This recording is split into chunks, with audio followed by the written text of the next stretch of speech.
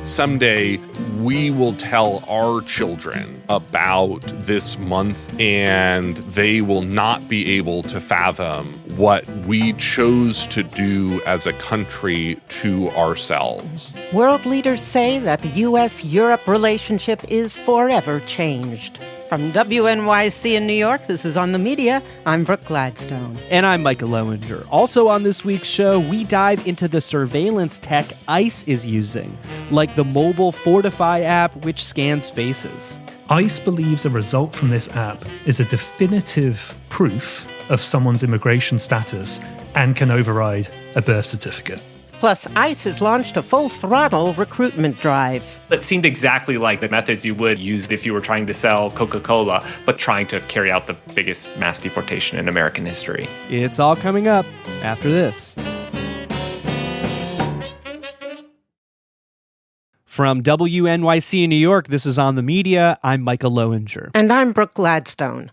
On Wednesday, Donald Trump seemed to reverse course on Greenland. The president tonight in the heart of Europe abruptly backing off two bold threats regarding his ongoing quest to control Greenland, tariffs and military action, posting he's reached a framework of a future deal with the Secretary General of NATO.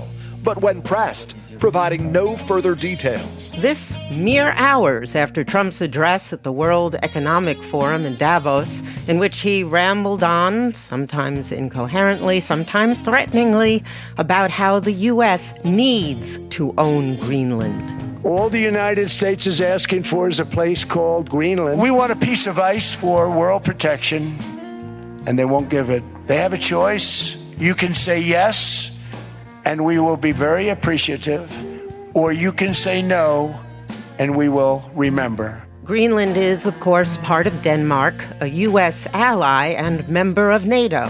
Thus, Trump, with his rumbling and whining, threatens to upend a mutual defense contract and solid alliance between the U.S., much of Europe, and Canada that's been a shield and a hedge against aggression since 1949.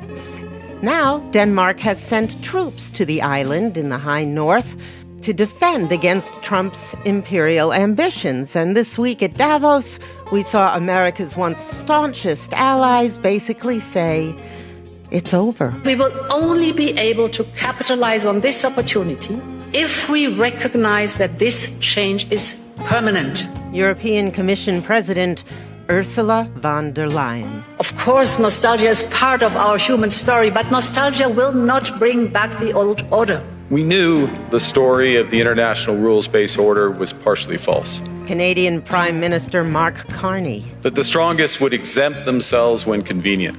That trade rules were enforced asymmetrically. And we knew that international law applied with varying rigor depending on the identity of the accused or the victim. This fiction was useful.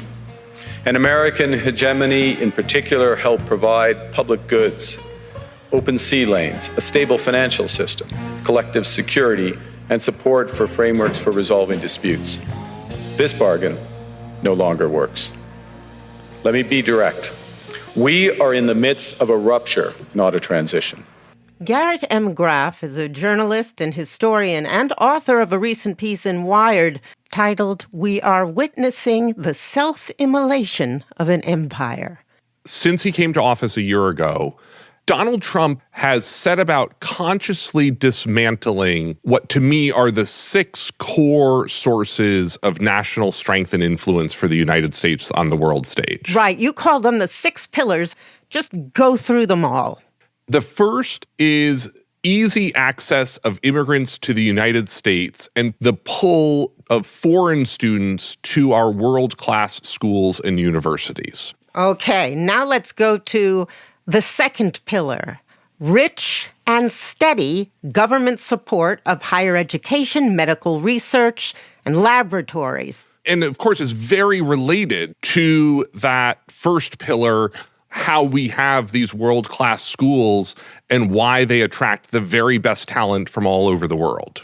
And the third pillar? The whole story of growth of the economy in the last 50 years has been the story of broad trade access to U.S. markets and reciprocally a flow of U.S. products to the rest of the world. lowering trade barriers and making the global economy ever more frictionless. The fourth one is an unyielding and unquestionable adherence to the rule of law at home. The rule of law in the United States had been so firmly established. The idea of a fascist government secret police, that a president would be using the Justice Department to punish political enemies, that business leaders would actually have to think about their standing with the president personally to decide whether they could move forward with a corporate merger, or bribe the president personally in order to be able to continue doing business. This is something that until even just a year ago seemed unthinkable to even mention. Likewise, this would be the fifth pillar, a firm, unyielding, and unquestionable network of geopolitical alliances that knit a security blanket across the entire globe. That has been really the bedrock of U.S. foreign policy going back to the end of World War II. We emerged from that war in this moment where, like, we don't want a world war to ever happen again. And we are going to build the network of global institutions to help ensure that problems going forward are solved with diplomacy and not military might. And we stood up these institutions like NATO, like the United Nations, like the World Bank and the International Monetary Fund to try to make this world safer, more stable, and more secure. You have a sixth pillar. Yes, and all five of these pillars come together to firm up another equally critical pillar. A politically independent and fiscally prudent monetary policy that established the U.S. dollar as the world's safest reserve currency, made U.S. Treasury bonds the savings bank for the entire world, and made U.S. banking networks and capital markets the place to be for any company looking for access to investors. You look at all six of these things, and Donald Trump has done irreparable damage to all six of these. Has this happened before in American history? Countries have made mistakes. Empires rise and fall as technology changes, as geopolitics change. You can point to Napoleon making the disastrous decision to invade Russia. You can talk about the decisions of the Austro-Hungarian Empire at the start of World War I. But no country in the modern history of the nation state has chosen to commit suicide by its own choice, undermining its core sources of national strength. Can we stipulate, though, that this rules-based order, as we call it, hasn't worked for everybody, and America has played fast and loose with its tenets over and over again? This is something that Canadian Prime Minister Mark Carney emphasized in his speech, that there were a lot of things where participants in the rules-based order just pretended not to see. This world order has seen huge tragedy. The Cold War was felt acutely by people in countries like Vietnam and Cambodia. I mean, the United States has been a hugely destabilizing force in Latin America and Central America. There are all sorts of problems with America atop the world order.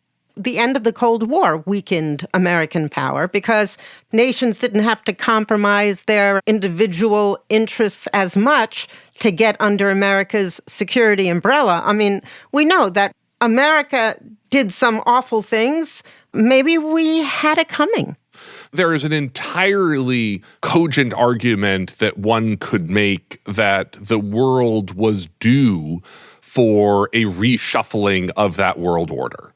What to me is so stunning about this particular moment, though, is the idea that America is doing this of our own accord, that we are forcing these other countries to look elsewhere for peace, strength, and stability because we are ceding that ground to Europe, to China, to no one.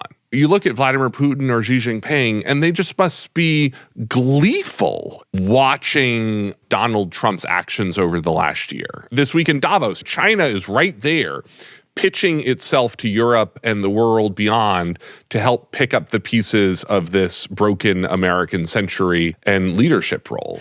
Trump is not entirely without friends. He, on Thursday, inaugurated his Board of Peace. He is the head of it for life.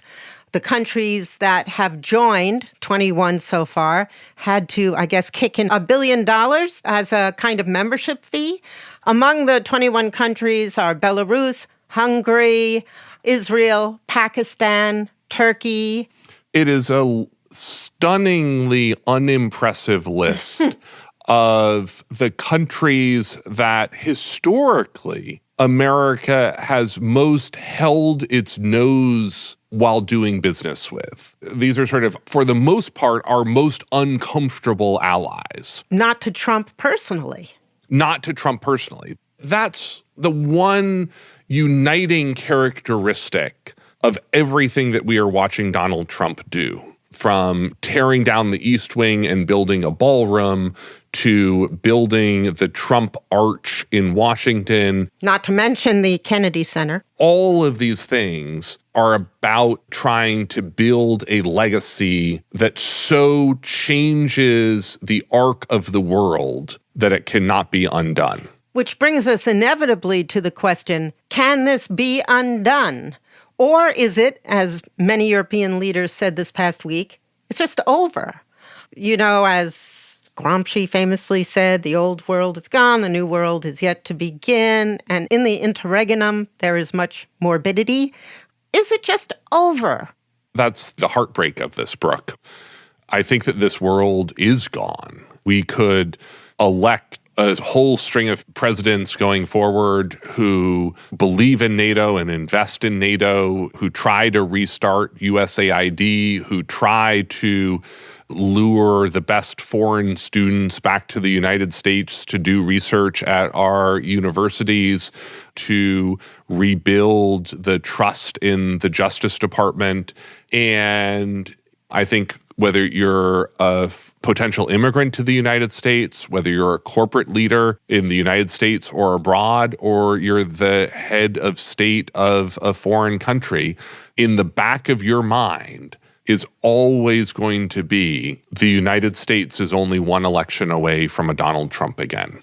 You know, I closed my Wired piece talking about the famous opening of historian Barbara Tuchman's Guns of August, her book about World War I. She opens with the grand funeral of England's Edward VII in May of 1910. This fabulously colorful parade of mourning that brought together 9 kings, 7 queens, and 40 more imperial and royal highnesses.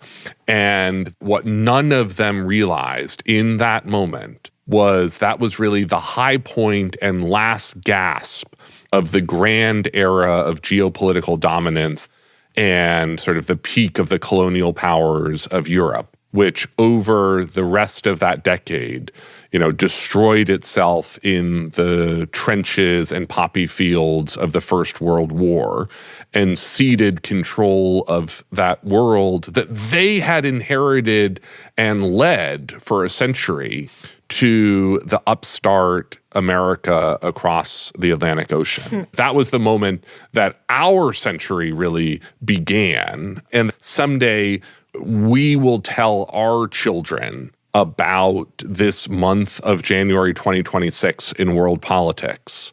And they will not be able to fathom what we chose to do as a country to ourselves.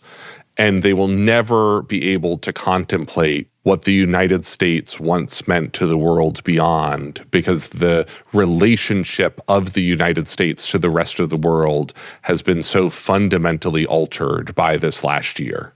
I want to go back and ask you a couple of things that I sort of skipped over. The complete collapse of the world order and we missed a subject or two? I don't believe it. How much of NATO's power rested on belief in the liberal rules-based order that is crumbling? That's all an alliance really is, Brooke. It's the promise that when you need me, I will be there. The moment that Denmark or any of these other European nations is now facing down Russia in Europe and has to sort of every so often start to turn around and check over its shoulder whether the U.S. is an adversary or an ally, the whole promise collapses. Can Europe recreate a system of stability that the world can rely on the way that the U.S. once did? I think it could, absolutely. This is what the grand European experiment of the last 80 years has been. You know, the creation of the European Union, the creation of the Euro, the European Commission, and the European global market. It certainly hasn't been smooth sailing. It has not been smooth sailing, but it has been a world struggling to be born, you know, a vision for a future for a united Europe. But even that is under its own threat. I mean, we saw Brexit the same time that Donald Trump was elected the first time. We've seen how devastating that has been politically and economically to the United Kingdom. So that's not to say that, you know, Europe can't pull it together and build something new, but Europe on its own will never be as powerful as Europe and the United States and North America was together.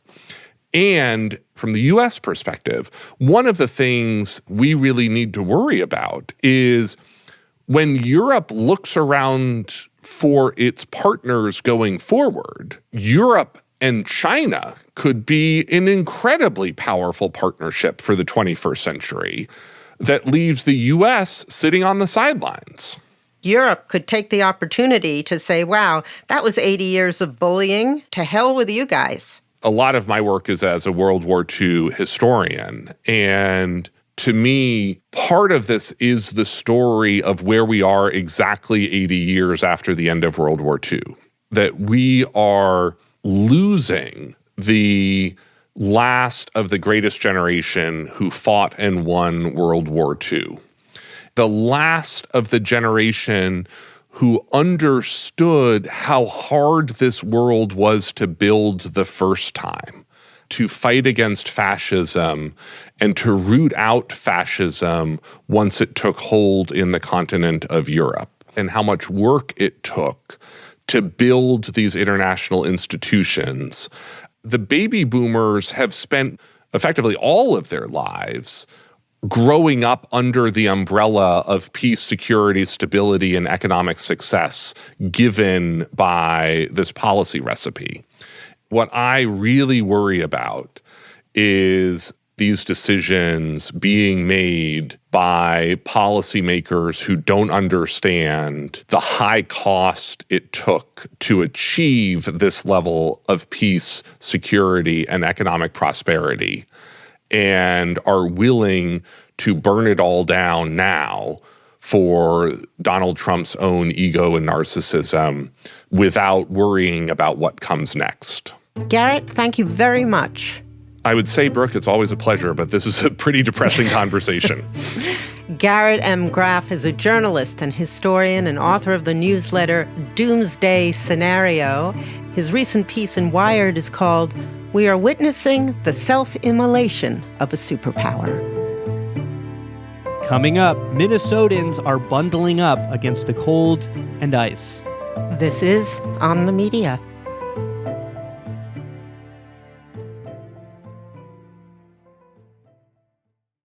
This is On the Media. I'm Brooke Gladstone. And I'm Micah Loewinger.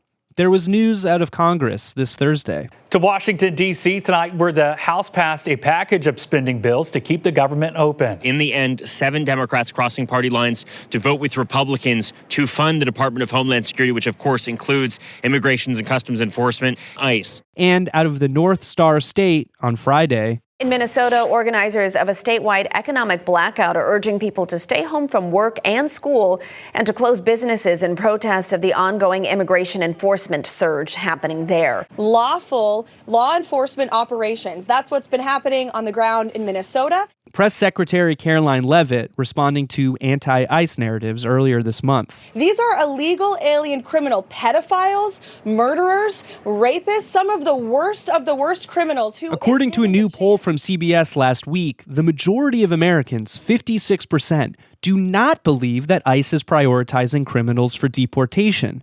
And while there's not much recent data, arrest records reviewed by the New York Times in 2025 are clear. Only about 7% of ICE detainees have a violent conviction, and about 2/3 have no criminal record at all. On Tuesday, a child was picked up by ICE agents in his family's driveway. 5-year-old Liam Ramos is seen wearing a Spider-Man backpack near his home as a masked agent stands behind him. The agent took the child out of the still running car, led him to the door, and directed him to knock on the door, asking to be let in order to see if anyone else was home, essentially using a 5-year-old as bait. But of course, the cruelty is not limited to non-citizens. Not allowed. This is private property. You're not allowed. I'm from this country. That's U.S. citizen Ramon Minera, a resident of Columbia Heights, Minnesota, who was detained last week by ICE. You know what, sir? Now, talking to you, hearing that you have an accent, I have reason to believe that you are not born of this country. So you just made an accent? Look, sir, you're going to do this the easy way, or are we going to take you in? This is what legal observers call a Kavanaugh stop, a term named after the Supreme Court justice who wrote an opinion in September essentially greenlighting ICE's power to racially profile suspects. What we're hearing is they're being stopped in traffic stops or on the street with no cause and being forced to demand paperwork to determine if they are here legally. Police Chief Mark Bruley of Brooklyn Park, a city in Minnesota. We started hearing from our police officers the same complaints as they fell victim to this while off duty. Every one of these individuals is a person of color who has had this happen to them. If it's happening to cops, you know it's bad. And there's reason to believe that it's even worse than we thought. This week, we learned that ICE agents had been secretly instructed that their work doesn't need to follow the Fourth Amendment, which protects people from unreasonable search and seizure by the government. According to a memo from the acting ICE director obtained by the Associated Press, immigration officers can enter homes without a judicial warrant. Which helps explain what happened to U.S. citizen Chong Li Tao, a Hmong immigrant, earlier this week. An Asian American grandfather who was speaking out after being dragged out of his home by federal officers Sunday in St. Paul without any clothes on into the freezing cold after agents broke into his home without a warrant. ICE officers say they detained Tao while searching for 2 registered sex offenders. But as the Associated Press reported, according to a public registry, Tao has no such record, nor does anyone living on his block. Considering how violently and, erroneously federal agents have targeted people, it's worth digging into how exactly ICE chooses which homes to raid. According to Joseph Cox of 404 Media, an independent tech outlet, the agency has been quietly amassing an arsenal of surveillance tools. He began by telling me about Tangles and Weblock, 2 applications made by a company called Penlink, which now help guide officers around cities like Minneapolis. The one that's a lot more interesting to me is the one called Weblock. And this allows ICE to look at all of the phones it may have data on in a particular neighborhood. Now, usually when ICE would need phone location data, maybe they would get a warrant and they would go to AT&T or Verizon or T-Mobile and get the data that way. With Weblock, they don't need a warrant at all. They're just buying the data. From what I understand, an app like Weblock can basically purchase data that people are maybe unknowingly already giving to apps that they use for very pedestrian things like Candy Crush or Tinder or MyFitnessPal. How does that work? Yeah, unknowingly is the key thing here, because I doubt that many people know this is going on. So whenever an ad is about to be placed in front of you inside an app, there is this near instantaneous and pretty much invisible process going on where all of these companies are trying to outbid one another to get their ads in front of a certain demographic. So males who are 18 to 35, who live in this part of Los Angeles or whatever. That's very normal. That is just how online advertising works, especially in the United States.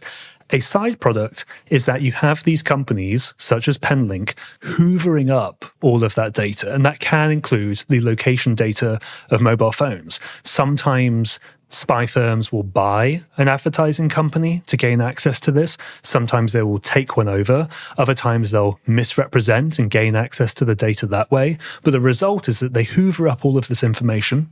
They add additional information to it to make it more useful to the authorities, put it in a very nice searchable interface, and then sell it to ICE. So then when ICE is using WebLock, what are they looking at?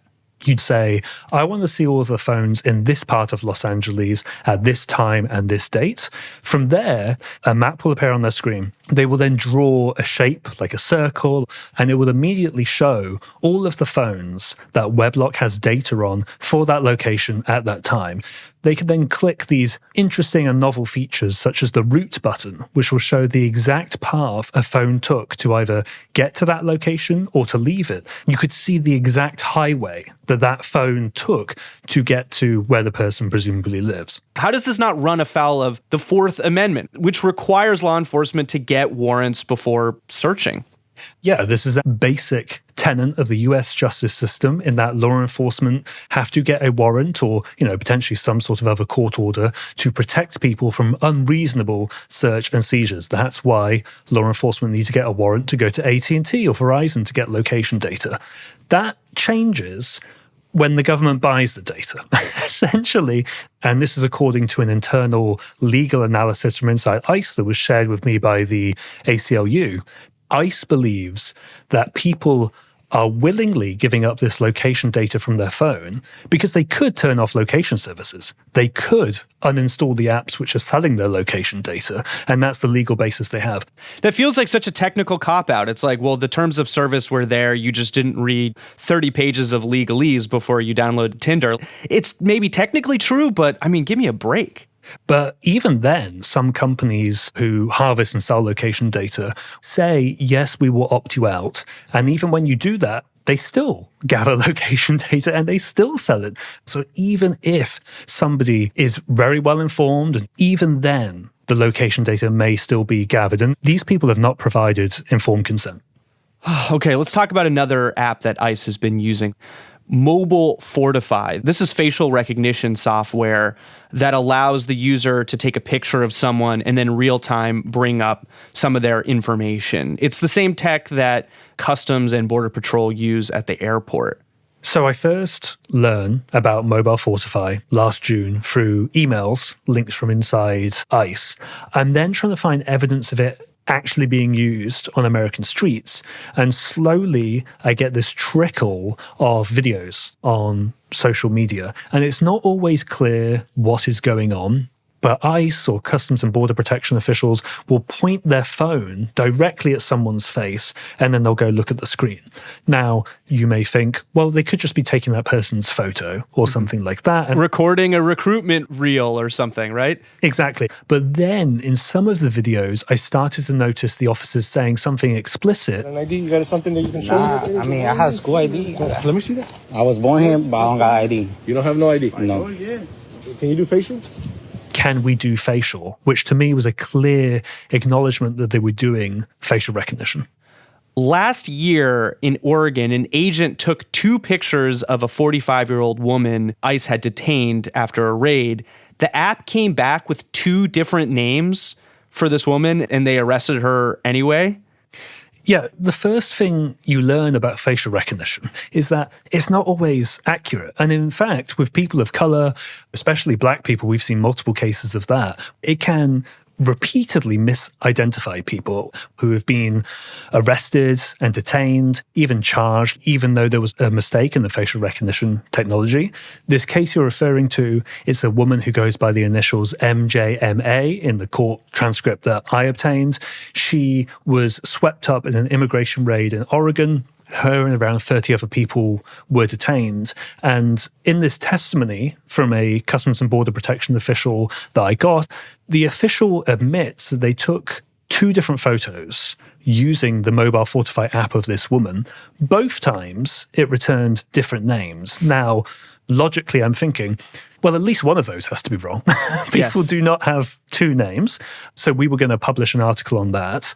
And then I managed to get in touch with the lawyer representing her, and he said that both of the names were incorrect. And yet they still detained her. Yes, I would say, though, they were detaining her probably anyway. It was part of this larger sweep of this apartment complex, and there was a van involved, and she was in the driver's seat and that sort of thing. So from my read of the testimony, she was probably going to be detained anyway. That being said, this app, Mobile Fortify, this is what ICE is using to identify people in the field. We've seen multiple videos on social media of ICE or other DHS officials going up, pointing their phone at people. ICE believes a result from this app is a definitive proof of someone's immigration status and can override a birth certificate. I don't know how the agency can say that when it's giving a woman two different names. Each one of these examples is like raising my blood pressure even more. But let's talk about another tool that ICE is using called Enhanced Leads Identification and Targeting for Enforcement, or ELITE. Weblock and Tangles were already in existence that not just the government are using, but ELITE is an app that was created specifically for use by the government by Palantir. This is the surveillance company co-founded by Peter Thiel. What does ELITE do? You actually looked at an official handbook for the app. It is, again, a map interface, and it will show icons signifying all of the potential immigrants in that area. You then click on a particular person. It will bring up their individual dossier, their name, date of birth, a photo if they have it, and crucially for ICE, their address and an address confidence score. Addresses to them are gold because it gives them a specific location to raid. And even if they don't necessarily find the specific person there, they're also doing it just to find densely populated neighborhoods where they think a lot of people they might be able to detain will be located. You said that ELITE will note the source of the address, such as the government agency that supplied it. Which government agencies do we know are giving addresses and similar data to ICE? Yeah, so the user guide I obtained for ELITE lists a few different government agencies. The first is the Department of Health and Human Services. There is also mention of United States Citizenship and Immigration Services, USCIS, obviously part of DHS. There is a mention of something called CLEAR in all capital letters. I believe that may relate to a data product from Thomson Reuters. That company has not responded to my request for comment, but they have contracted with ICE repeatedly and sold them data before. Is this the parent company of the news organization Reuters? Yes, as well as being a news organization, Thomson Reuters has a data product that they will sell to private industry and many government agencies as well. And we've reported before that ICE is able to take, say, license plate data from Motorola, for instance, and it pairs it, or it can pair it, with data from Clear. And that can be people's addresses, personal information, all of that sort of thing. But I would stress that this user guide it's not an exhaustive list of all of the data sources that ELITE may be getting. It just says somewhere around the end of the list, it's integrating new data sources. So I fully expect that there could be more that we just don't know about. The fact that this rogue agency is using shady and at times frighteningly inaccurate apps to skirt laws, that feels like it should be a very big concern for lawmakers, at least the ones who still care about basic civil liberties. If and when Congress were to do something about it, what would be the first step towards new privacy legislation? But there's a few things. Democratic lawmakers have acted on this in some capacity, or they have tried to act on it. You have Senator Ron Wyden introduced the Fourth Amendment is Not for Sale Act a while ago, and that would have banned agencies from simply buying data. They would have to get a warrant or some other legal mechanism. So that would stop the stuff like Weblock and Tangles and that sort of thing. Another one, Rep. Thompson, who recently with other Democratic lawmakers, I think a group of 6 of them, introduced potential legislation that would rein in Mobile Fortify, the ICE facial recognition app, saying it can only be used at ports of entry. You can't roll it out to local police, which is what DHS was trying to do as well. So, potentially there's some room there for legislative action as well. But more fundamentally, the United States does not have a federal privacy law. You have a law in California doing its thing. I think you have one in Illinois around biometric data. Of course, in the EU, you have GDPR, a very overarching, all-encompassing data protection regulation. The US just does not have that, which is what partly allows the country and agencies to just buy information on its citizens and residents. You and your team at 404 Media have done incredible work on this story, on this beat. I am surprised it's not being covered more, frankly. Why do you think these surveillance efforts are so poorly understood to this point? The coverage question is a really interesting one. When you cover this, there is a danger that you present it to the reader as some abstract problem over there with some tech company making some tool in the distance. That is why I think there is relatively little coverage around the tech powering ICE. You have to show this is how this technological product is impacting people in this city or on the ground. But I think we're breaking through with a few overarching stories. After I first revealed that Fortify existed last June, we eventually found all those social media videos of ICE actually using it. And now it was concrete and people could understand it. They could literally see it with their own eyes. And the other one is this new Palantir system called Elite, where I think that is finally providing a through line in between Palantir, the obscure, strange tech company that everybody has heard of, but nobody really knows what it does, and what is actually happening on the ground with ICE. I think we've made that link, and I'm sure many other journalists will as well. Joseph, thanks for doing this work. Absolutely. Thank you. Joseph Cox is an investigative reporter and co-founder of 404 Media. Coming up, it's hard to avoid seeing those ICE recruitment ads your tax dollars are paying for. This is On the Media.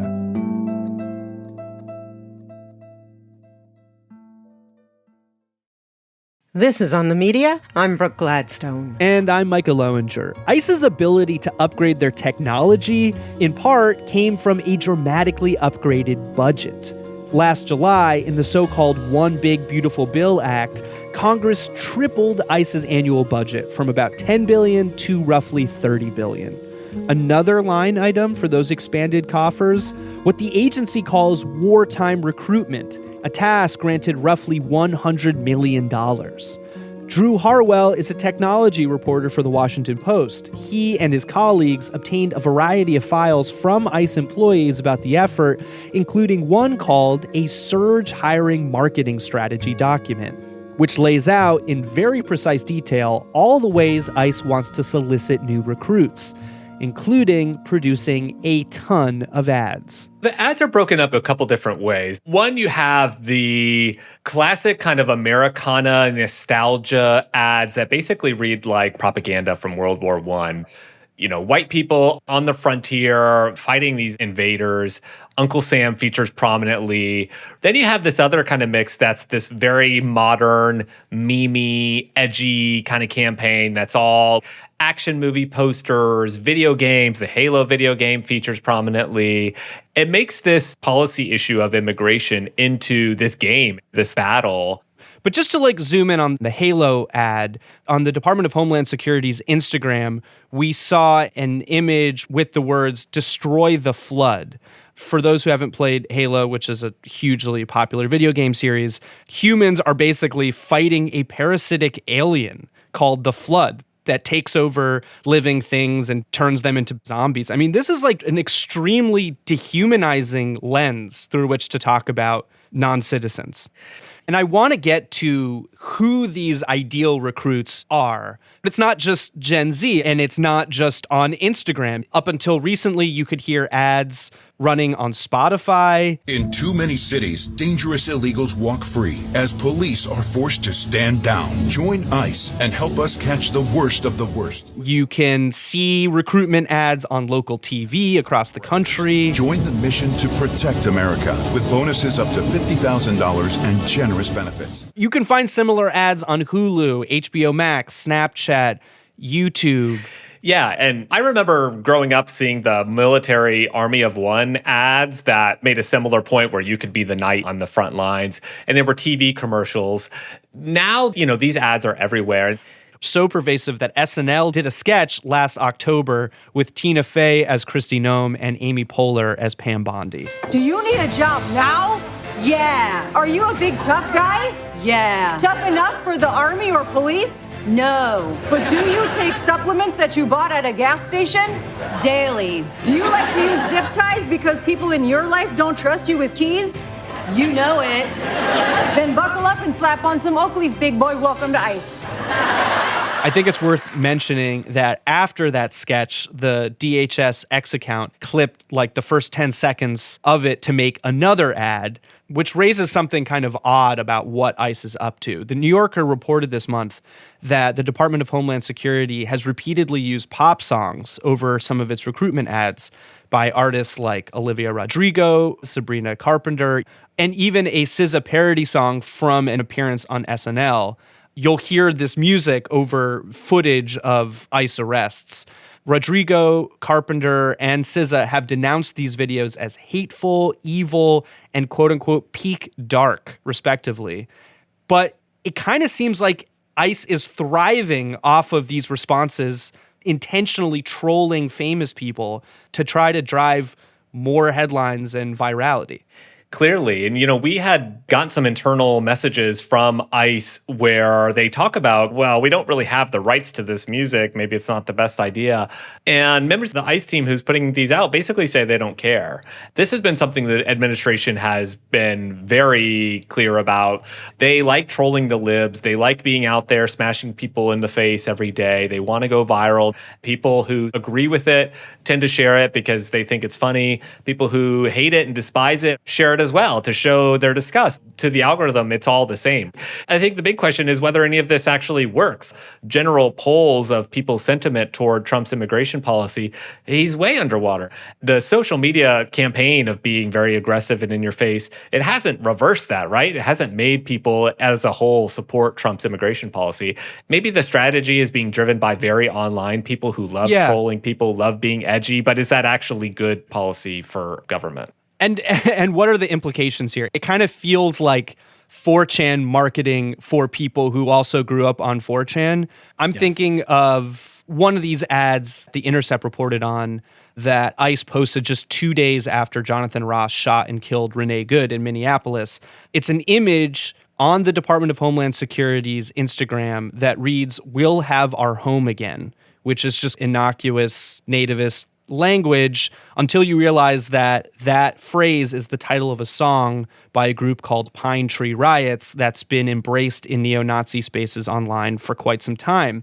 And the lyrics to that song were the opening to a manifesto posted by a white supremacist who in 2023 shot up a Florida Dollar General and killed 3 black people. Why post that dog whistle if you're not trying actively to recruit white supremacists? There's been enough of these examples now that it's impossible to say that this is all coincidental. DHS and ICE, when we have brought this stuff up to them, they have said, oh, you're going to the Nazi thing again, how tiring. But it doesn't really explain why this keeps happening.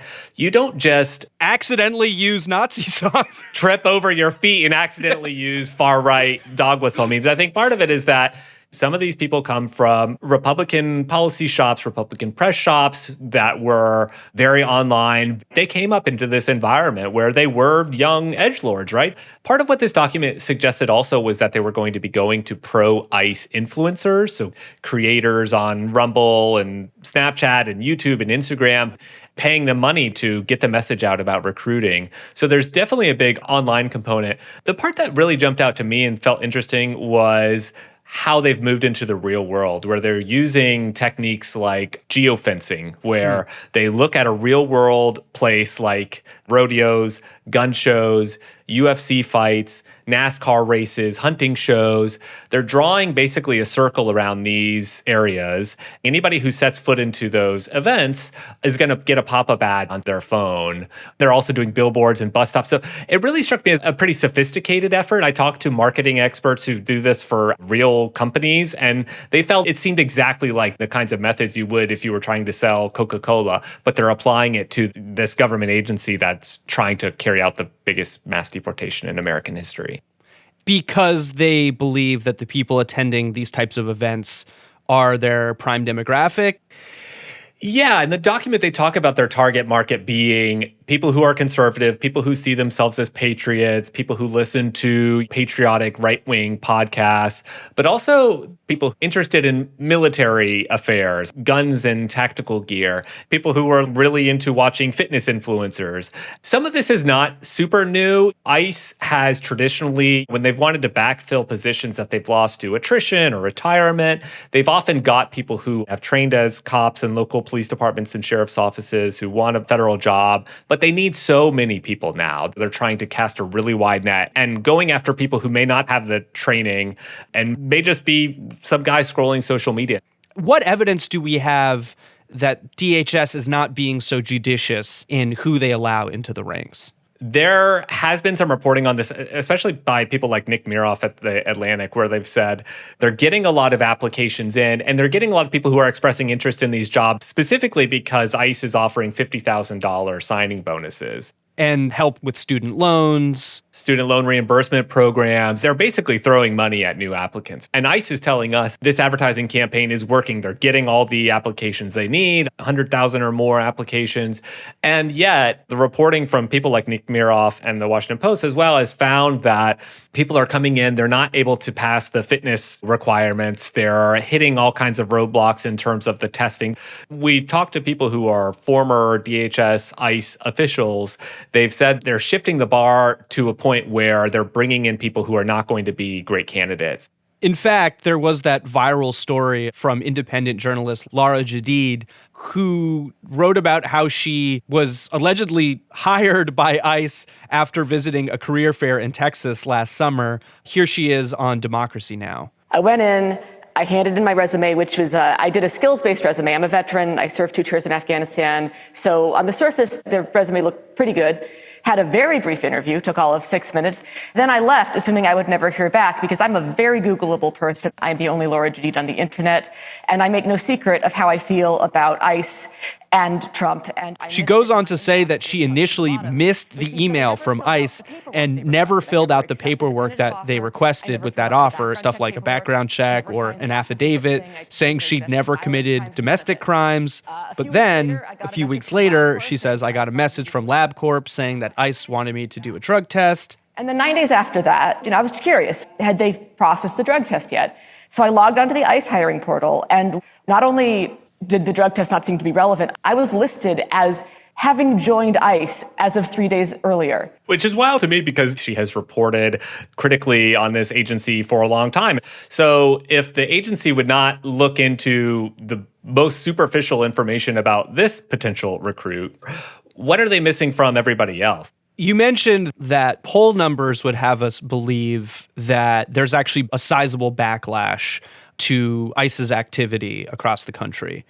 That said, DHS is claiming big new numbers, upwards of 220,000 job applications in 5 months. Does that seem legit to you? It's their numbers. I don't have any reason not to trust them. Number of applications is not necessarily a proxy for perfect candidates who are being hired, right? Some of these might be repeat applications. Some of these might be applications that don't work. And again, some of this is probably a reflection of the $50,000 signing bonuses. I mean, some of these deportation officer jobs pay $50,000 salary. So you're basically doubling the salary year one. I think it's impossible to disentangle the success of this kind of recruitment strategy from the actual advertising. We just don't know if one is connecting to the other. So many of these examples are incredibly dark. I guess I'm trying to make sense of what it means exactly. I think for me, what I'm left with is just this shifting on what we find is acceptable as a way to talk about these things, like the tone with which the government is discussing getting shock troopers in to enforce the border laws and kick people out of the country. These are policies that are, again, life or death issues that one would hope would be discussed seriously in a sober way. Maybe that's too much to ask. How much the 4chan culture and the edginess of the internet, how dark it is and nihilistic, how much it has bled into public affairs, and how much has consumed media and politics in this country. If we're talking about deportation in this way on the internet, the people who are setting policy are going to be seeing this, and they're going to be finding it acceptable to talk about the job in this way. I just think it's a leading indicator of how this policy is shaped in our country. Drew, thanks for doing this reporting. Thanks for having me. Drew Harwell is a technology reporter for The Washington Post. That's it for this week's show. On the Media is produced by Molly Rosen, Rebecca Clark-Callender, and Candace Wong. Travis Mannon is our video producer. Our technical director is Jennifer Munson, with engineering from Jared Paul. Eloise Blondio is our senior producer, and our executive producer is Katya Rogers. On the Media is produced by WNYC. I'm Brooke Gladstone. And I'm Micah Loewinger.